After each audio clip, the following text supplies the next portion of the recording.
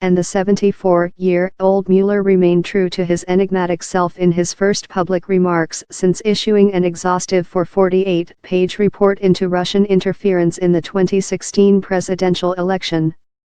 Mueller said long-standing Justice Department policy prohibited him from charging a sitting president with a crime. But, he added, if we had had confidence that the president clearly did not commit a crime, we would have said so. Mueller suggested that any further action against Trump for obstruction of justice now lies with Congress, which has the power to impeach the chief executive. And with that, the tall, gray-haired career law enforcement official sought to walk away from the leading role he has played in the political drama gripping Washington. As a Marine wounded in Vietnam and decorated for heroism, a dogged prosecutor and then director of the FBI, Mueller built a reputation as one of the most respected members of Washington's powerful legal elite.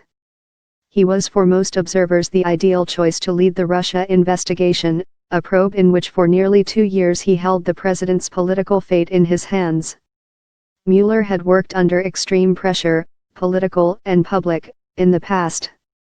He became director of the Federal Bureau of Investigation just days before the September 11, 2001 Al-Qaeda attacks on New York and Washington, which plunged the Bureau into an entirely new mission to protect the country from terror plots. Mueller led the FBI for the next 12 years, during which time he built up the Bureau's counter-terror mission but had some notorious problems, including a botched anthrax investigation and a poorly functioning intelligence unit.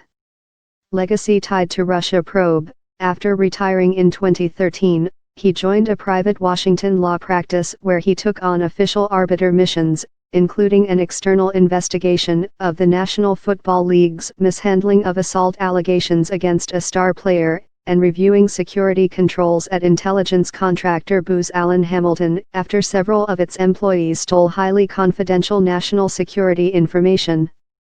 His investigation into the 2016 presidential election detailed numerous questionable contacts between the Trump campaign and Russia, while deciding they did not add up to criminal conspiracy.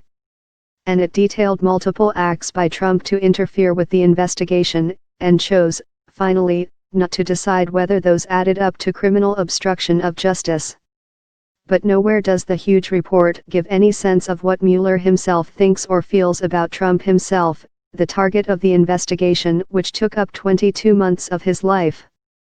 Even with that distinguished career, Mueller's reputation will be tied forever to how he handled the Russia probe, with Washington insiders and others forever speculating on whether he could have been more aggressive in his prosecution. The investigation gave him an insider's look at the way Trump's White House worked, and he endured constant personal attacks from the president. Trump labeled the probe a witch hunt and coup attempt against the presidency and accused Mueller of political bias. Yet for the entire period Mueller remained invisible and silent, speaking only through the court filings his team made that laid charges against 26 Russians and 6 former Trump aides. None of the 6 were charged with anything having to do with collusion with Russia. Several Democratic presidential candidates and members of Congress seized upon Mueller's remarks on Wednesday to call for Trump's impeachment, but the former FBI director did so only in typically cryptic fashion. The Constitution requires a process other than the criminal justice system to formally accuse a sitting president of wrongdoing, he said.